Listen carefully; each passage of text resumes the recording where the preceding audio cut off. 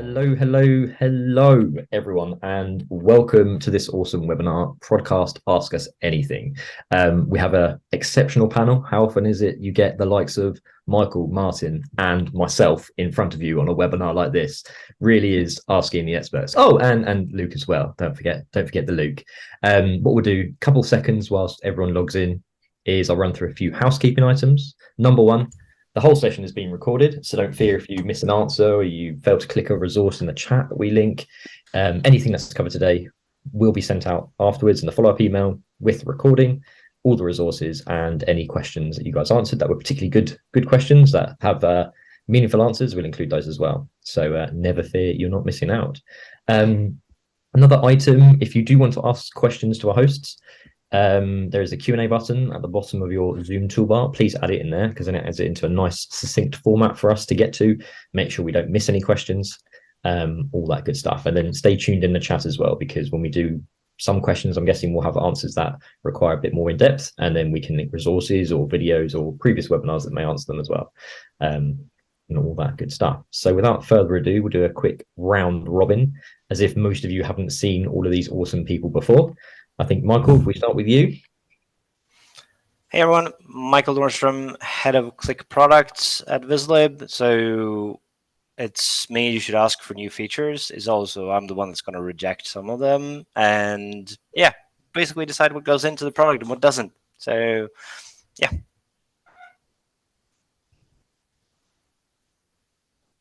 Let's go, Martin. Hello, Martin Kierkegaard, product manager for Vizlib Live, and I'm also overseeing a lot of the performance initiatives we currently have going on, as well as some new stuff in general, doing some prototyping and seeing what's ahead in general. Yep. Last but not least, Luke. Thank you. Luke Tolchard, the product manager for Library and Gantt, as well as a few other of the internal tools that we have within Vizlib. Happy to be on this AMA. Awesome. Good stuff. Right, let's jump straight into the questions. Like I said, if you guys have more throughout the session, add them in, but these are the ones we've collected so far.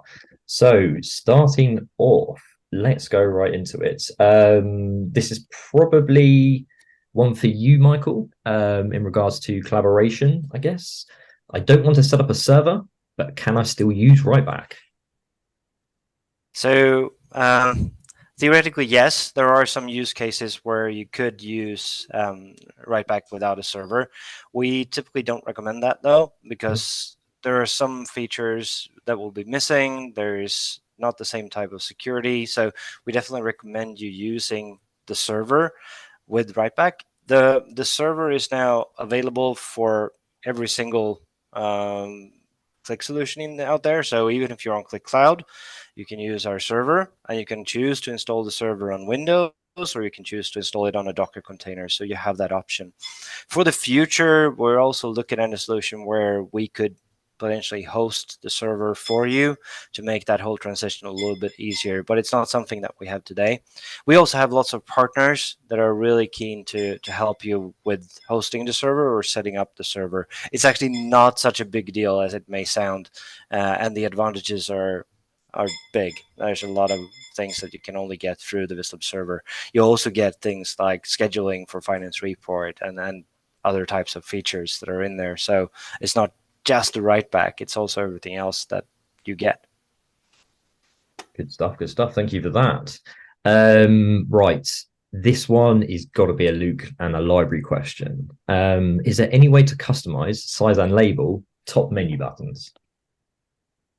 Yes, with CSS, we can go ahead and change near enough any part of the Qlik sheet as you see it. So yeah, if it isn't something that we offer within the property panel, always raise a feature request, because then it's more stable. But not only that, you can go ahead and edit it through the CSS. There is a video on YouTube I made maybe earlier this year, late last year, about how to go ahead and change the sheet background, but the principle is the same. Good stuff. We have a question in chat. Newbie question, thank you for that. Can I make an API call and select the display widget dynamically at runtime based on the results, i.e. table, graph, etc.? Who's going to jump in on that one? you can make an API call using the Vizlib button. Nice. But it sounds a little bit like almost that question is around hide show functionality, which we obviously also do have. So perhaps if that's the question, then around using a container, perhaps to hide and show different types of objects could be a solution. And also, certain types of actions that can happen based on things that are happening in the app. Been talking about selections and dynamically. So perhaps that. We do have what we call Vizlib actions, which would be what to look out for to get more information on that. Awesome. This is definitely a question for you, Martin K, as the performance guru. The loading of filters in the sheet menu is slow. How can I improve performance? So yeah, I mean, it's very common for us to see that people actually use filters in particular in the sheet menu. So that's actually something that we're working on right now as we speak to improve the sheet menu to have more objects natively rendered in the sheet menu plus, so you're not having to rely on master items within the sheet menu. That's gonna significantly improve performance on rendering items in the sheet menu. So for now, I just keep my eyes peeled for new versions of Sheet Menu Plus and start using the native objects inside of the Sheet Menu Plus once that arrives. And also, of course, don't forget that if you do have the toolbar and using that inside the sheet menu will be a lot faster than using just the filters. So because it's constructed a little bit differently. So if you're adding a lot of filters, then using the sheet menu inside the sheet, using the toolbar inside the sheet menu might be a really good option for that. Good stuff. So there's another question regarding sort of, again, KPI design performance. I don't think there's anything else you guys need to add to that answer. It's sort of all encompassing, really, isn't it? There is a webinar about KPI performance, decoded greatly remembered. Yeah. Jason, every time with you, I remember. Oh, yeah. Good stuff. Next question. I found limiting that you cannot add an extra measure on the tooltip. For example, a measure you don't want to show in a bar chart, but only in the tooltip. I can read that again, but it's in chat. That's for Luke. I think. I found a limitation that you cannot add an extra measure. So extra measure on the tooltip. So some of our products, if you go on Vizlib capabilities on our documentation, you can find out which products have HTML formatting for their tooltips. Now, again, there's a video on the internet I did for Vizlib Gantt, but the principle's the same nonetheless. You can add as many measures within there, and the pleasure of that being the tooltip referenced to, say, when you're hovering over a bar, is that it's related to that. It's like a filter on top of it, right? So you're filtering based on the information that you hover over. The same thing can be said as well if you wanted to use a KPI designer for the bar charts. So you're using a viz tip at that point. That's something as well that you can look into for some inspiration. Again, there's videos on it. Good stuff. And what we'll do is we'll include in the follow-up email some of the videos that we mentioned today, so don't worry, and you don't have to go searching for them mid-webinar. Next question, can I connect to Neptune Graph Database? Is there a sample? It's a good old mute button there, Michael. Hey, Leo, let's see. I'm guessing that's more of a Qlik question, really, because that would be then Amazon Neptune Graph database, I guess. I'm not sure exactly what the context is for that, so a little bit difficult to answer. You probably could connect to that using Qlik. I'm not sure what the context would be of using that with Vizlib, so I would need a bit more context to answer that, unless someone else has an idea. It sounds very much like a Qlik-specific questions. Yeah, unless Rajesh can provide more context, we can jump on. Next question. Another one for you, Michael. Can I store my write-back data in my data warehouse? Yeah, so you can store it more or less anywhere. Most common use cases are around databases, and obviously QVDs and CSVs, just to keep things simple. But there's lots of options there on where you can store the data. So yeah, feel free. Good stuff. And this is one for you, Martin. And it's been a long time coming. I knew it'd pop up. Anything new for Vizlib Live? Yeah, not right now. Obviously, there's been some news regarding Vizlib that we've been acquired by Insight Software, and we are looking a bit into how we can actually utilize all the products within Insight Software for Vizlib Live. But that's very much in like pre-development phase at the moment. But there's new stuff that's gonna be coming at some point, but I can't share more than that right now. More than new stuff is coming at some point. Good stuff. Good stuff. Another sort of more broader question here. I'm moving from Qlik Sense to Qlik Cloud. Does Vizlib support this migration, or how can Vizlib support this migration? Well, we absolutely support the migration. I think the only product that doesn't is Sheet Menu. That's why we made Sheet Menu Plus. It's a better, sexier, cooler version of its predecessor. But as Michael also touched on, we also have servers as well, the Docker and Windows for Qlik Cloud. Trying to think of this. Yeah, I think we also have a support page about regarding the transition from Qlik Sense to Cloud, and I think we even have an ebook on it. So that could be quite. We do. Yeah, that should be some, morning reading over a coffee, cup of tea, whatever is you fancy. Good stuff. A couple of questions in chat. How can you get the selected alternate dimension to show in a title, for instance? It was available in QlikView through Get Selected field or something, if I remember correctly. A fellow old QlikView friend. Yeah, no, unfortunately, I don't think that we have the capability in it. We've been looking at that for custom report, actually, to be able to store the currently selected dimensions in variables so that you can access them.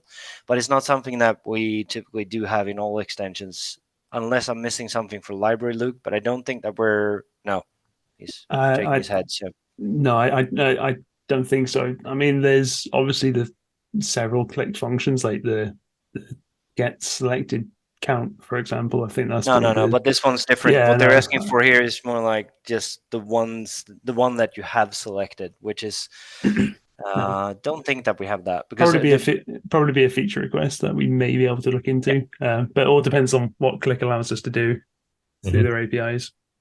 That one would be possible, though. It's more of a if we feel like it's requested enough. Yeah, so if that's important to you, get on the community and get requesting. A question here as well: is there any option to keep the dimensions colors in the Vizlib library? Yes, a lot of our charts support master dimension, master measure colors.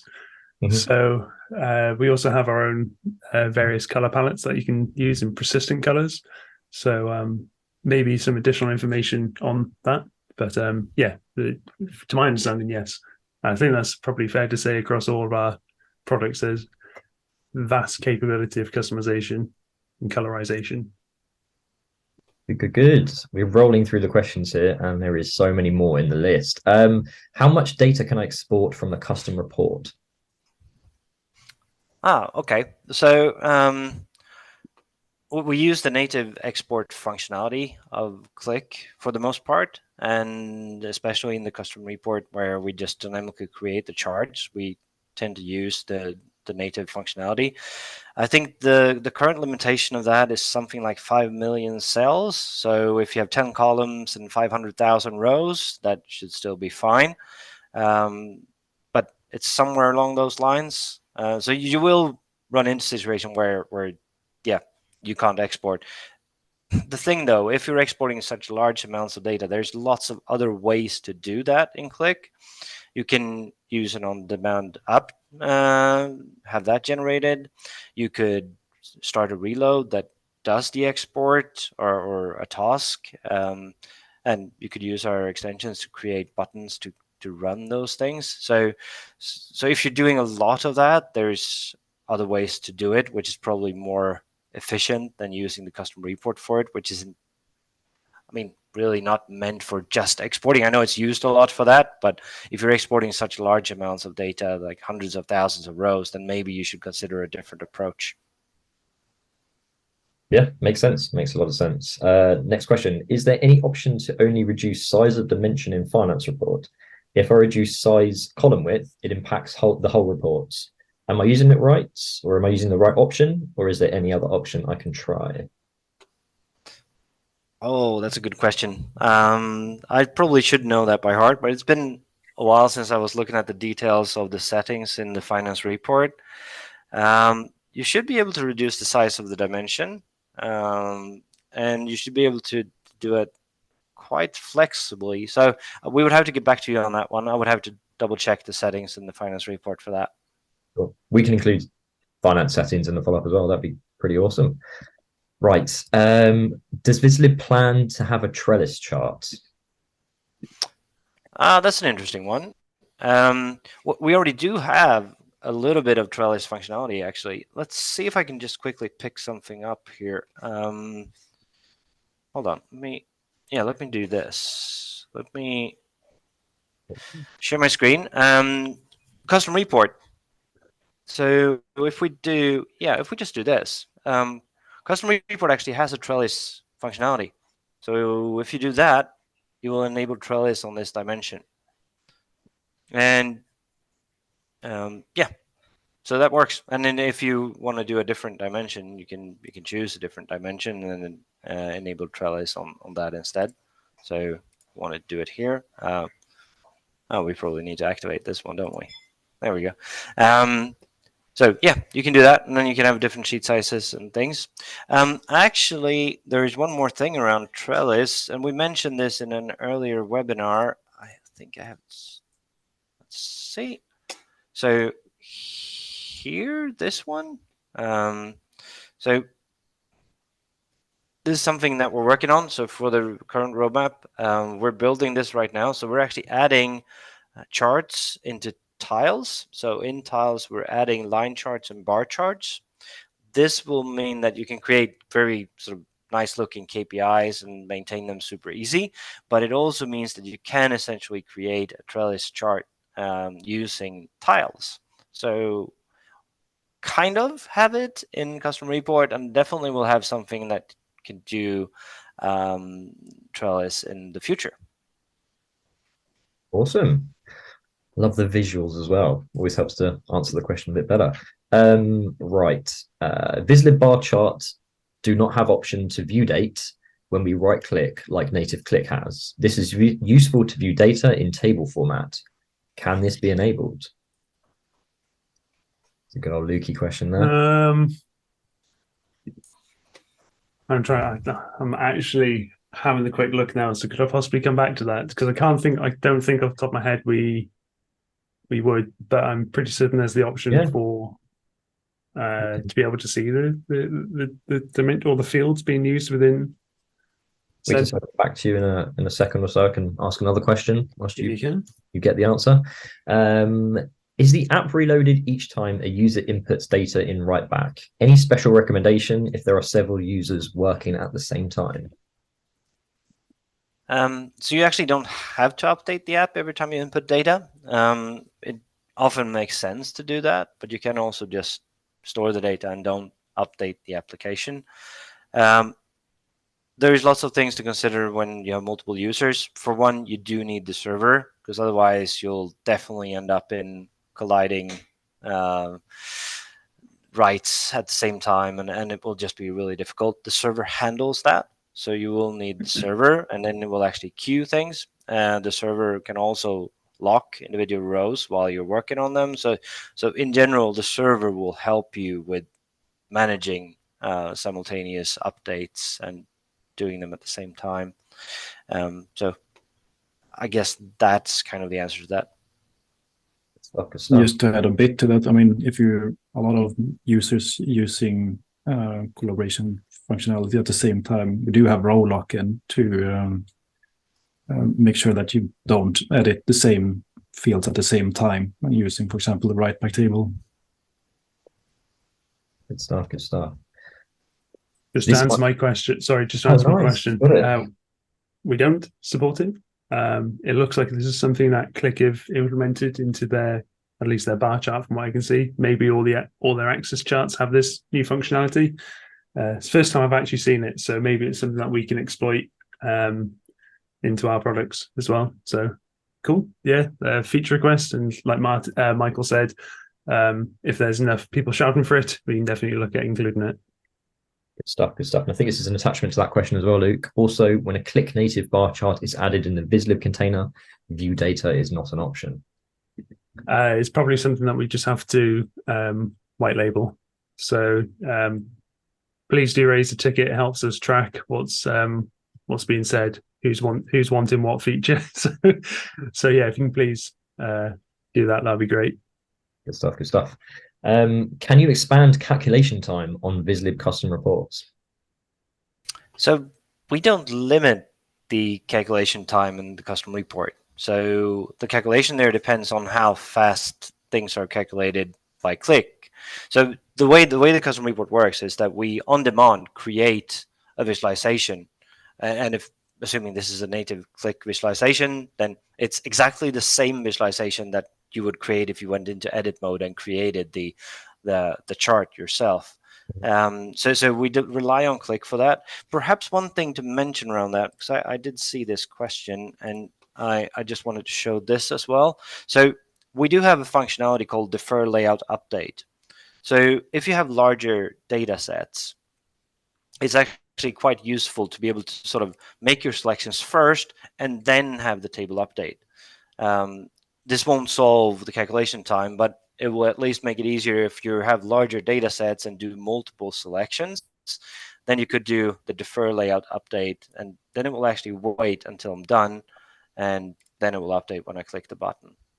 As you like normal, when you use it without that, then everything will change. And obviously, if you have a large data set, this will feel quite slow. But no, we don't limit it, so we can't really control that. Good stuff, good stuff. Can you change the color and or font style of the totals column in Vizlib pivot as you can with other columns? And same question for the dimension column. Yes, that's pretty certain you can. Just should be set in. You can search to the property panel as well. There's a little search bar at the top.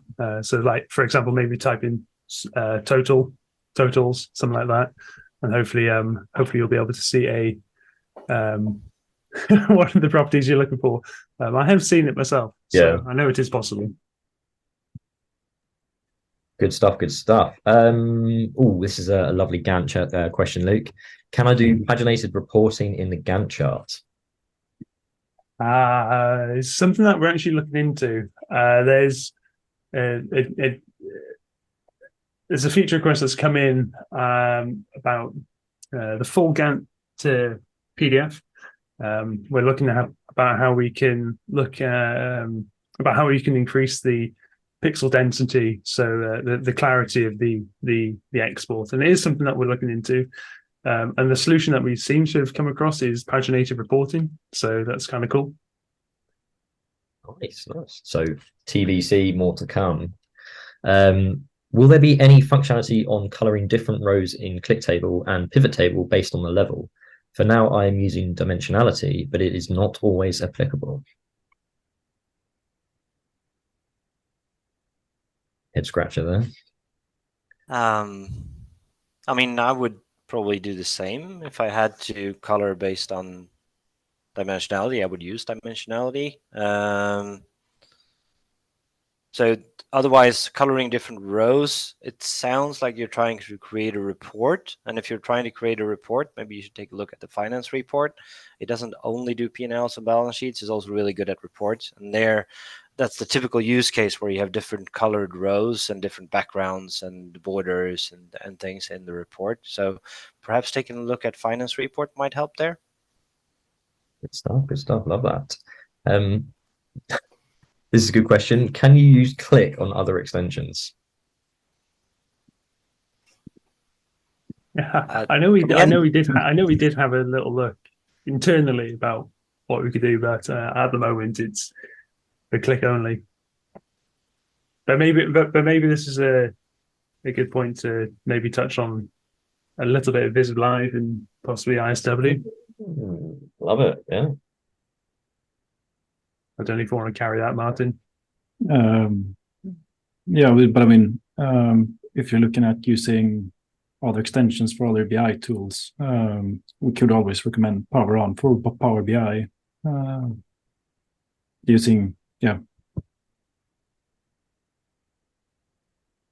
I think that's basically what we can say for now.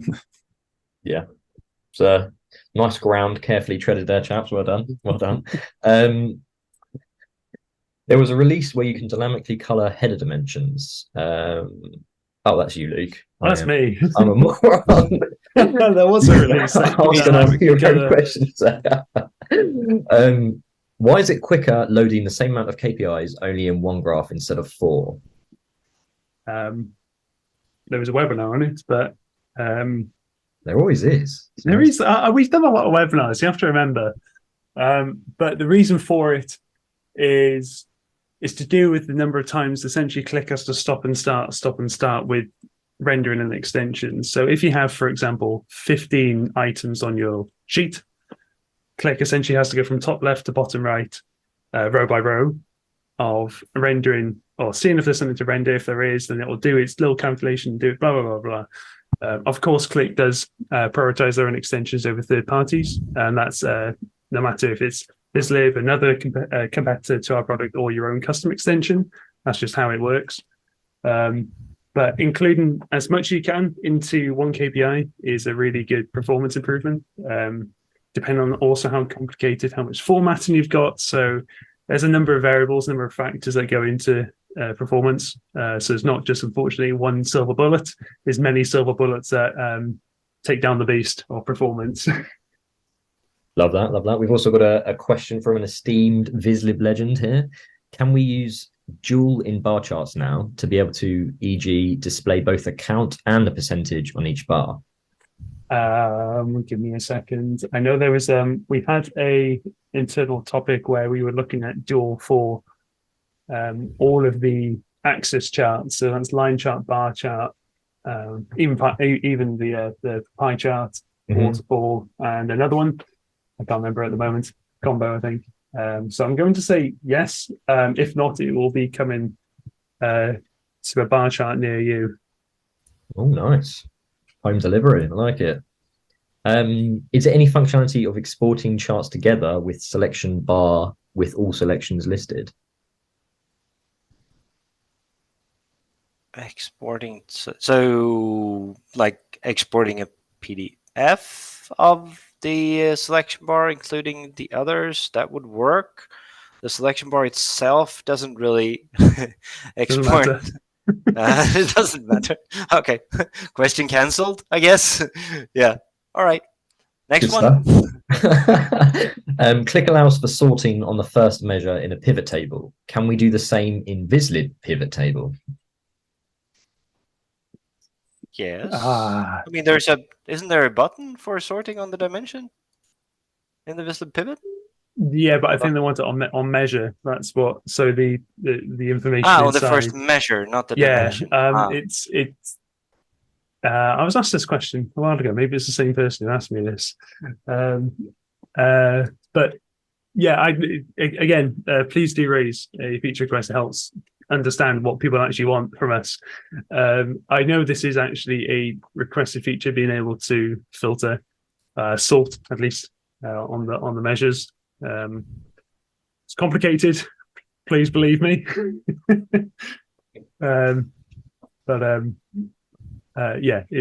If there's enough people shouting for it, which there do seem to be, I'm sure we can figure out. We also had a no, I meant. So that's back to you, Michael. I'll get back to that one. The question matters. The export doesn't. What type of export? Yeah, but you can export to an image and PDF. That would still work. I think the selection bar exports is fine as well when it comes to images. But yeah, the table and get the selection. Okay. So getting the selections on the so since we're using the native export for most part, I don't think Qlik has that functionality. For finance report, we do. There we've added that capability of having extra selections. We just did that in one of the monthly videos recently. I showcased how that worked, I think, like 2 months ago. So for finance report, we do have that functionality of including, for example, selections. You could include anything, but including the selections is possible there. For the other ones, I think in general, no, unless Luke has something else. I like your answer. Okay, all right, good. Amazing. We'll stick to that then. All right, we are just over time, so we'll answer one more question and then we'll let everyone get back to their days. Is there any provision to make story points beside any pivot/table when a user will hover over the object?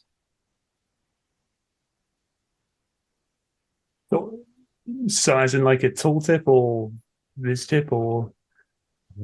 I believe so.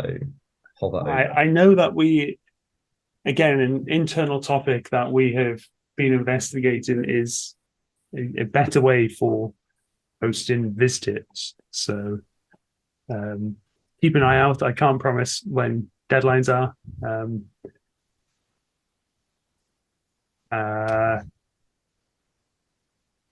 Yeah, I'll leave it at that for now, because there's not too much that we can really say, because it's still in like POC phase. Yeah. Good stuff. Good stuff. Well, thank you, chaps, for all the answers. Thank you, everyone, for all of your questions. I think in summary, most of the answers have been demonstrated in this year's or late last year's webinars. So we're sure to link you to our YouTube page. And as Lucas said about 4 or 5 times today, if you really, really do fancy a feature that we don't currently have, head over to the feature request page and enter it and smash that button and share it and get everyone to like it. And then we can elevate it up the priority list.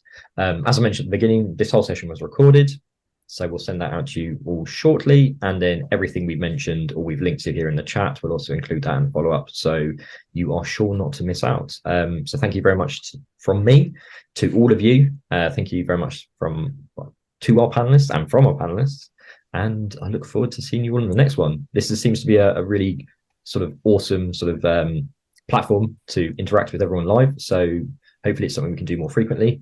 So yeah, get your questions rolling, keep them in your pocket, and let us know what you need answered, and we'll answer them on the next session.